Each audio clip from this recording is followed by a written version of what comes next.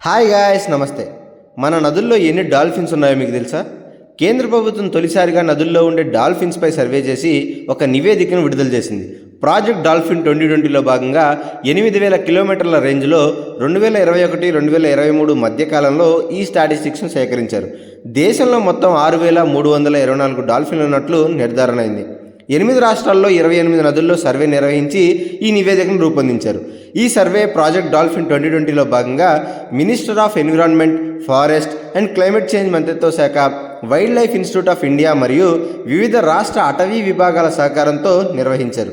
ఈ project dolphin అనేది నదీ మరియు సముద్ర డాల్ఫిన్లను సంరక్షించే లక్ష్యంతో భారత ప్రభుత్వం చేపట్టిన పరిరక్షణ ప్రాజెక్టు. దీనిని గౌరవనీయులైన భారత ప్రధానమంత్రి శ్రీ నరేంద్ర మోడీ గారు 2020 ఆగస్టు 15న ప్రకటించారు.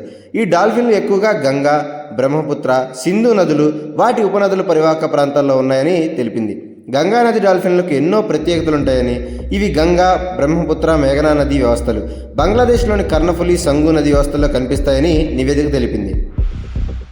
ఇలాంటి మరెన్నో ఇంట్రెస్టింగ్ అండ్ ఇన్ఫర్మేటివ్ వీడియోస్ మీ దాకా రావాలంటే ఇప్పుడే సబ్స్క్రైబ్ చేసుకోండి నవ్యాంధ్ర టైమ్స్. Thank you.